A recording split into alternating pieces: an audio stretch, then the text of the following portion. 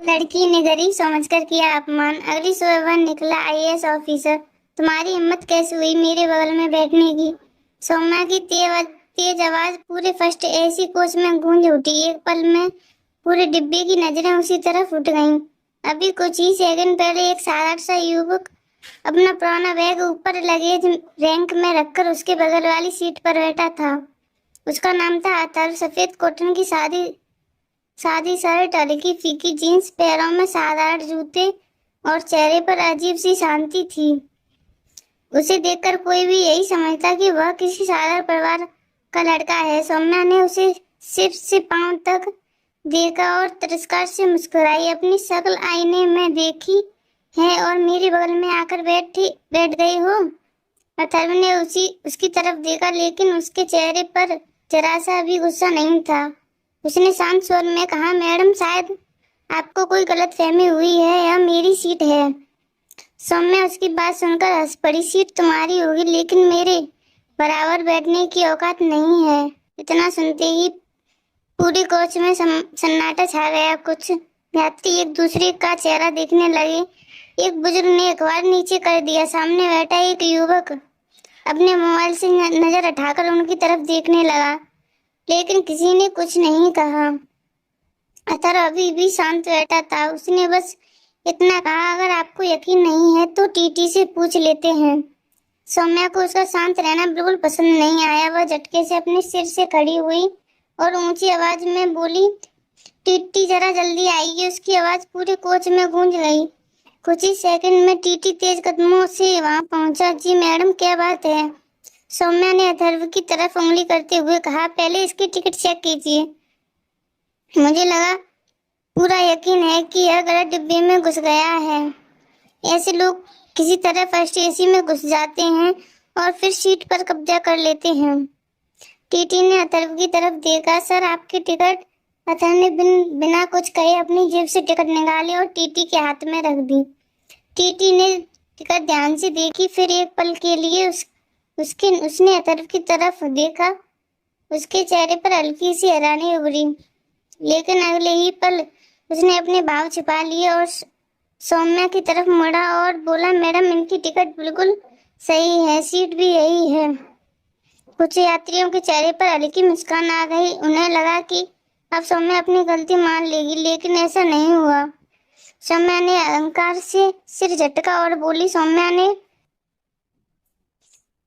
ठीक है, टिकट होगी, लेकिन कुछ लोगों के पास टिकट आ जाने से उनका स्तर नहीं बदल जाता।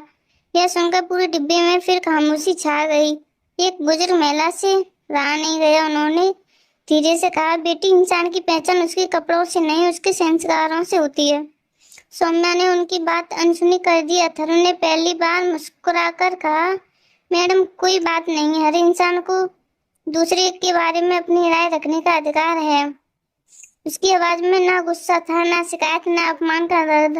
यह बात सौम्या को सबसे ज्यादा खटक रही थी। उसे उम्मीद थी कि अथर्व बहस करेगा, गुस्सा करेगा या अपनी हैसियत साबित करने की कोशिश करेगा, लेकिन वह बिल्कुल शांत था। उसने अपनी घड़ी की तरफ एक नजर डाली, फिर खिड़की के बाहर अंधेरे में लगा। उसके होठों पर हल्की सी मुस्कान थी, मानो उसे किसी ऐसे पल का इंतजार हो। टीटी के जाने के बाद पूरे फर्स्ट एसी कोच में अजीब सी खामोशी छा गई। सभी यात्रियों को लगा कि अब सौम्या अपनी गलती मान लेगी, लेकिन उसका घमंड अभी भी वैसा ही था।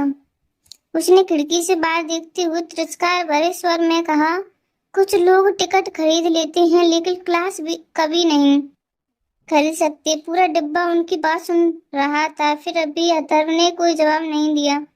वह चुपचाप अपनी डायरी खोल के कुछ लिखने लगा। यह देखकर सौम्या को और गुस्सा आ गया। वह मन ही मन सोचने लगी, इतनी बेइज्जती के बाद भी इस लड़के के चेहरे पर कम तक नहीं आई। आखिर इसे अपने ऊपर इतना भरोसा किस बात का है? कुछ देर बाद ट्रेन अगले स्टेशन पर रुकी। एक बुजुर्ग दंपत्ति बाहर सामान लेकर डिब्बे में चढ़े। उनकी सीट काफी दूर थी। बुजुर्ग महिला को चलने में काफी तकलीफ हो रही थी। पूरा कोच देखता था, लेकिन कोई अपनी सीट से नहीं उठा। अदर तुरंत खड़ा हुआ हो गया। बाबा, सामान मुझे दे दीजिए। उसने बिना किसी दिखावे के दोनों बैग उठाए और उनकी सीट तक छोड़ आया।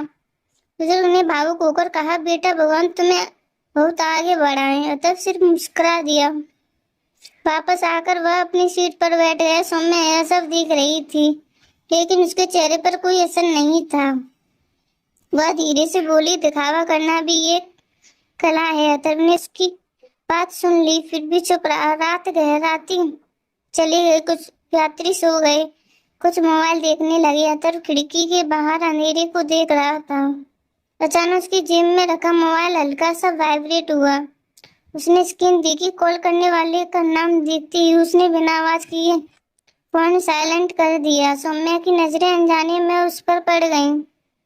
उसे सिर्फ इतना दिखा कि स्क्रीन पर बार बार किसी का कॉल आ रहा था। वह मुस्कुराई। लगता है नौकरी वाला मालिक ढूंढ रहा होगा। अतः ने कोई जवाब नहीं दिया। उसने मोबाइल वापस जेब में रख लिया। यही खामोशी अब सौम्या को बेचैन करने लगी थी। उसे समझ नहीं आ रहा था कि आखिर यह लड़का हर बात पर मुस्कुराता क्यों है। रात के लगभग 2 बजे ट्रेन अपनी रफ्तार से मंजिल की ओर बढ़ रही थी। अतः ने एक बार फिर अपनी घड़ी देखी। उसकी आंखों में इस बार एक अलग सा आत्मविश्वास लग रहा था, जैसे उसे ठीक ठीक पता हो सुबह स्टेशन पर क्या होने वाला है।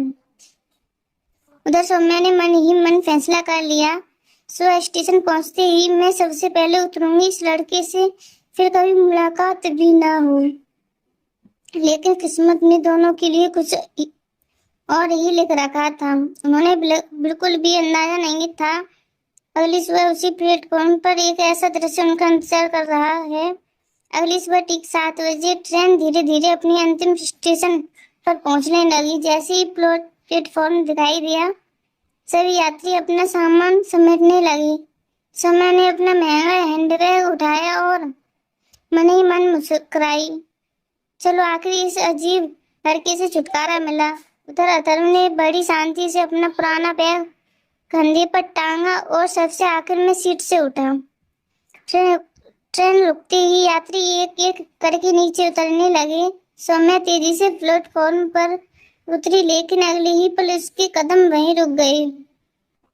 पूरा प्लेटफॉर्म पुलिस अधिकारियों, प्रशासनिक कर्मचारियों और सरकारी गाड़ियों से भरा हुआ था। कुछ अधिकारी बार बार अपनी घड़ियां देख रहे थे। एक पुलिस अधीक्षक ने दूसरे अधिकारी से कहा, सर ट्रेन पहुंच चुकी है, लगता है साहब अभी उतरने वाले हैं। सौम्या ने हैरानी से चारों तरफ देखा। कौन से साहब? इतने प्लेटफॉर्म पर खड़े सभी अधिकारी अचानक सावधानी की मुद्रा में खड़े हो गए। उनकी नजर ट्रेन के दरवाजे पर टिक गई। अतर्व धीरे धीरे अपना बैग कंधे पर लटकाए नीचे उतरा। उसे देखते ही वह एक वरिष्ठ अधिकारी तेजी से आगे बढ़ा। उन्होंने मुस्कुराकर कहा, नमस्कार अथर्व सर। अगले ही पल पूरा प्रशासनिक अमला एक साथ खड़ा हो गया। Good morning sir. सौम्या की आंखें फैल गईं। उसके हाथ से बैग लगभग छूट गया। वह अवाक होकर अथर्व को देखने लगी, जिस लड़के को उसने पूरी रात गरीब समझकर अपमानित किया। उसी के जिले के बड़े बड़े अधिकारी सम्मान के साथ सलाम कर रही थी। एक अधिकारी ने आदर से कहा, सर आपकी गाड़ी तैयार है। दूसरी ने फाइल आगे बढ़ाते हुए कहा, आज के निरीक्षण का पूरा कार्यक्रम तैयार है। सौम्या के कानों में जैसे आवाजें गूंजने लगी। उसके मन में सिर्फ एक ही सवाल था, यह आखिर है। एलईडी स्क्रीन पर स्थानीय समाचार चैनल चल पड़ा। एंकर की आवाज पूरे प्लेटफॉर्म पर सुनाई दी। आज हमारे शहर के नए जिला अधिकारी अथर्व वर्मा पहली बार जिले के कार्यकार संभालने पहुंच रहे हैं। अपनी ईमानदारी और सादगी के लिए पहचाने जाने वाले युवा आईएएस अधिकारी अथर्व वर्मा ने बिना किसी सरकारी तामझाम के आम यात्रियों के बीच ट्रेन से सफर करने का फैसला किया। यह सुनते ही सौम्या के पैरों तले जमीन खिसक गई। उसकी आंखों के सामने रात का हर दृश्य घूमने लगा। वह अपमान, वह ताने और घमंड और अथर्व की हर बात की शांत मुस्कान अब उसे समझ आ चुका था। वह मुस्कान हार की नहीं, आत्मविश्वास की थी। उधर अथर्व ने एक बार मुड़कर ट्रेन की तरफ देखा। उसकी नजर कुछ पल के लिए सौम्या से मिली। सौम्या शर्म से नजरें झुका गई, लेकिन अथर्व ने ना कोई ताना मारा, ना कोई शिकायत की। वह बस हल्का सा मुस्कुराया और अधिकारियों के साथ आगे बढ़ गया। सौम्या वहीं खड़ी रह गई। आज पहली बार उसे अपने शब्दों का बोझ महसूस हो रहा था। उसे यह भी नहीं पता था कि जिस इंसान से वह माफी मांगना चाहती है उसे मुलाकात अब इतनी आसानी नहीं होगी। और उसी क्षण उसने मन ही मन एक फैसला कर लिया, वह तरफ से माफी मांगे बिना चैन से नहीं बैठेगी। अथर्व के जाने के बाद सौम्या कई मिनट तक प्लेटफॉर्म पर उसी जगह खड़ी रही। उसकी आंखों के सामने पूरी रात का हर पल बार बार घूम रहा था। बार बार खुद से एक ही सवाल पूछ रही थी, जिस इंसान ने मेरे हर अपमान का जवाब मुस्कुरा कर दिया, मैं उसे पहचान क्यों नहीं पाई। उस दिन पहली बार उसे अपने अमीर होने पर नहीं, अपने व्यवहार पर शर्म आ रही थी। घर पहुंचते ही उसने टीवी चालू किया। हर न्यूज चैनल पर एक ही खबर चल रही थी, युवा आईएएस अधिकारी अथर्व वर्मा ने बिना किसी सरकारी तामझाम के आम यात्रियों के बीच सफर कर रेलवे व्यवस्था का निरीक्षण किया। अधिकारियों को सख्त निर्देश, किसी भी यात्री के साथ भेदभाव नहीं होने चाहिए। स्क्रीन पर अथर्व की वही मुस्कुराती हुई तस्वीर दिखाई दे रही थी, जिसे उसने पूरी रात गरीब समझकर अपमानित किया था। सौम्या की आंखों से आंसू बह निकले। उसने उसी पल फैसला किया, मुझे उनसे माफी मांगनी होगी। अगली सुबह वह जिला अधिकारी कार्यालय पहुंची, लेकिन वहां मौजूद सुरक्षाकर्मी ने विनम्रता से कहा, बिना अपॉइंटमेंट के किसी से मिलना संभव नहीं है। सौम्या चुपचाप बाहर खड़ी रही, कुर्सी पर बैठ गई। 1 घंटा, 2 घंटा, 3 घंटे वह बिना शिकायत किए वहीं बैठी रही। अंदर से निकलते हुए अथर्व की नजर उस पर पड़ी। वह कुछ पर रुका, फिर मुस्कुराकर बोला, आप यहाँ? सौम्या, नहीं अथर्व जी, मैं माफी मांगने आई हूँ। मैंने आपको आपके कपड़ों से पहचाना, आपके संस्कारों से नहीं। मैंने बिना जाने आपका अपमान किया, हो सके तो मुझे माफ कर दीजिएगा। इतना कहते कहते उसकी आवाज भर गई। अथर्व कुछ क्षण शांत रहा, फिर बोला, अगर उस दिन मैं गुस्से में जवाब देता तो शायद आज हम यहाँ दोनों खड़े नहीं होते। गलती हर इंसान से होती है, लेकिन अपनी गलती स्वीकार करने का साहस बहुत कम लोगों में होता है। आपने वह साहस दिखाया है। सौम्या की आंखों में आंसू बहने के लिए, क्या हम दोस्त बन सकते हैं? अथर्व मुस्कुराया और अपना हाथ आगे बढ़ा दिया। दोस्ती हमेशा सम्मान से शुरू होती है। सौम्या ने कांपते हाथों से उसका हाथ थाम लिया। उस दिन के बाद दोनों की मुलाकातें बढ़ने लगी, लेकिन इस बार उनके बीच अमीरी गरीबी नहीं, सम्मान, विश्वास और सादगी थी। सौम्या ने अपने पिता के साथ मिलकर गरीब बच्चों की शिक्षा के लिए एक ट्रस्ट शुरू किया था। जब भी समय मिलता उस अभियान में पहुंच जाता। फिर धीरे धीरे दोनों की दोस्ती एक खूबसूरत रिश्ते में बदल गई। कुछ महीनों के बाद दोनों परिवारों की मौजूदगी में उनकी शादी हुई। शादी के दिन अथर्व ने सबके सामने सिर्फ एक बात कही थी, किसी इंसान की पहचान उसके कपड़ों, पैसों या पद से मत कीजिए, क्योंकि किस्मत कभी भी किसी की पहचान बदल सकती है, लेकिन अच्छे संस्कार इंसान की सबसे बड़ी पहचान होती हैं। पूरा विवाह समारोह तालियों की गड़गड़ाहट से गूंज उठा। सौम्या की आंखों में इस बार घमंड नहीं, सम्मान और अपनापन था। उसने मुस्कुराकर अथर्व का हाथ थाम लिया।